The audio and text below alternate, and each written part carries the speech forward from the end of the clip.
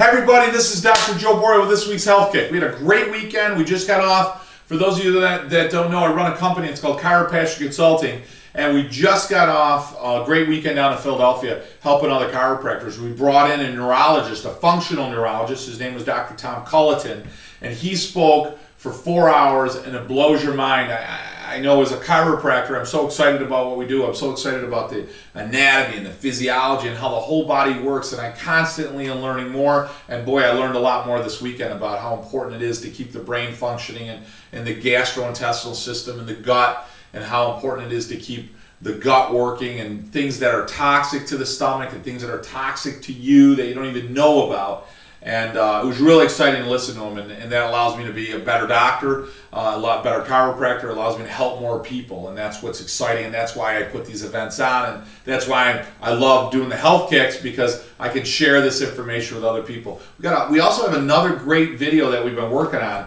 It's actually called Dr. Joe's Lose to Live. And what it was is it's a patient that I worked with. He gained quite a bit of weight. He was upwards over 300 pounds. His name's Tom. I call him Dr. Tom. It's honorary Dr. Tom Thompson. And I'm really looking forward to launching that. It's actually a 3-month program. And this guy, I don't want to give it all away, but this guy went from 320 pounds to dropping a third, let's say it that way, almost a third of his body weight. And we took a photograph of him every single day, and we did video every day of him eating, working out, interviewing him. We went to the gym with him, we went to the home, we went to his office place, we went everywhere, family, and we did all kinds of video with this guy. And we watched him go through, we call him the Incredible Shrinking Man. You get to watch him day to day, and we get to talk about what we needed to do from the head space as well as from the physical space in order to get him healthy. And he told me today, we did one of the last videos, we got a couple more weeks, and he gave me a hug today, and we both got a little bit emotional for just a moment, and he said, you know, Doc, thanks for saving my life. And I get goosebumps just telling you that, but I got to tell you, it is awesome. He's been on a chiropractic care for a while. He's starting to adopt that chiropractic lifestyle. He wants to eat well. He wants to keep his nervous system healthy. He wants to exercise. He wants to think better. He wants to do all these things that I try to teach you guys in these health kicks. So that being said, today I wanted to talk about autoimmune diseases. And there's so many of them, and we've kind of touched on specifics of them. But today let's just talk about generality and why it's important, because I learned some stuff at this weekend seminar, and that is this. Autoimmune means exactly what it says. Autoimmune. Your body is actually starting to attack itself.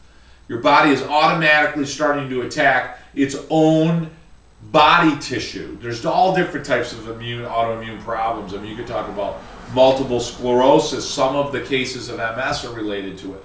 Lupus, different types of arthritis, rheumatoid arthritis, juvenile rheumatoid arthritis, Crohn's disease, ulcerative colitis. All of these diseases and so many more are diseases where the body starts attacking itself. Now that being said, why would your body actually develop antibodies against its own tissue? Rheumatoid, for example, hits joints, not all the joints of the body, but it hits certain joints of the body. Why would that be? You know, why would your body develop that? Why would lupus, for example, develop antibodies to attack your own soft tissue? Why would that happen? And so forth and so on. Why does that happen? Well, one of the reasons is there's a genetic proclivity, HLA-B27, blah, blah, blah. But there's different genetic markers that you tend to see people more prone, a proclivity, a tendency, more prone to developing a certain autoimmune disease. However, here's the problem with that. Everybody that has that marker doesn't have the autoimmune disease. And there's people that don't have the marker that have the autoimmune disease. But it tends to be a little bit higher in those people with the marker. So we can't blame it all on genetics. Genetics can maybe show a weakness in the body, but it doesn't mean that that's entirely what it is. And what I learned this weekend that I wanted to share with you is how important the gut is in preventing the body from being sick. And what I mean by that is your gut is a line of defense. It's a filter, okay? And what I mean by that is the filter of your gut, think of it as like a piece of cheesecloth, right? So food's going to pass through there, and depending on how big the little holes are in the cheesecloth, certain things are not allowed to pass directly into the circulatory system. See, as your food digests, it becomes really teeny weeny little molecules that are broken down into little compounds. And by breaking it down to sometimes right down to the mineral level, right, that's really good. The body then, through the cell level, picks up what it wants. But with the gut getting weak or it gets holes in it, it's called leaky gut, the gut lining actually gets big holes. It's like having a tear in your cheesecloth.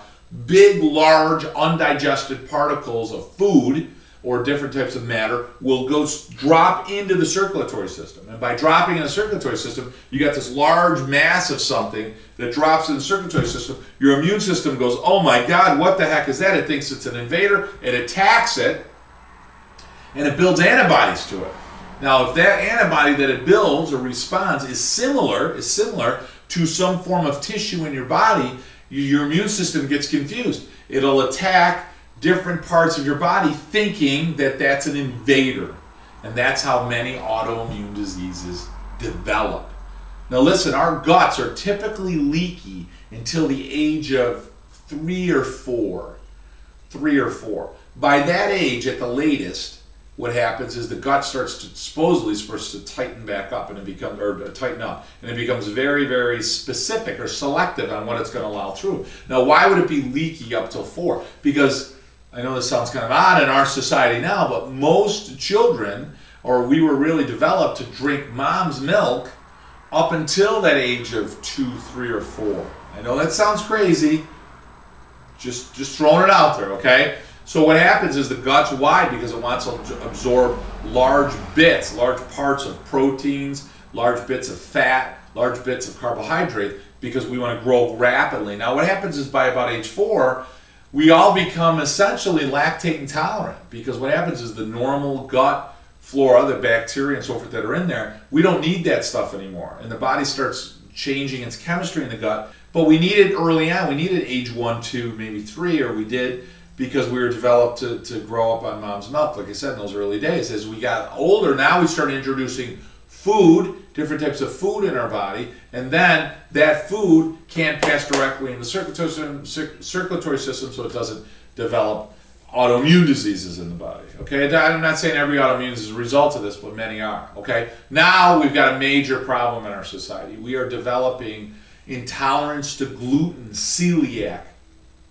And what we're seeing is different foods now are toxic to the lining of the gut.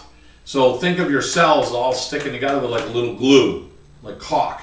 And when the glue gets damaged by certain chemicals, the cells don't stick together. Now you create, unfortunately, a toxic gut. Therefore, you create a leaky gut. So you have wounds, if you will, chemical wounds within the gut that allow particles to pass through. And one of the main causes of this, unfortunately, is gluten. Now, there's different proteins in gluten that can be toxic to you. They're called gliadin proteins, okay?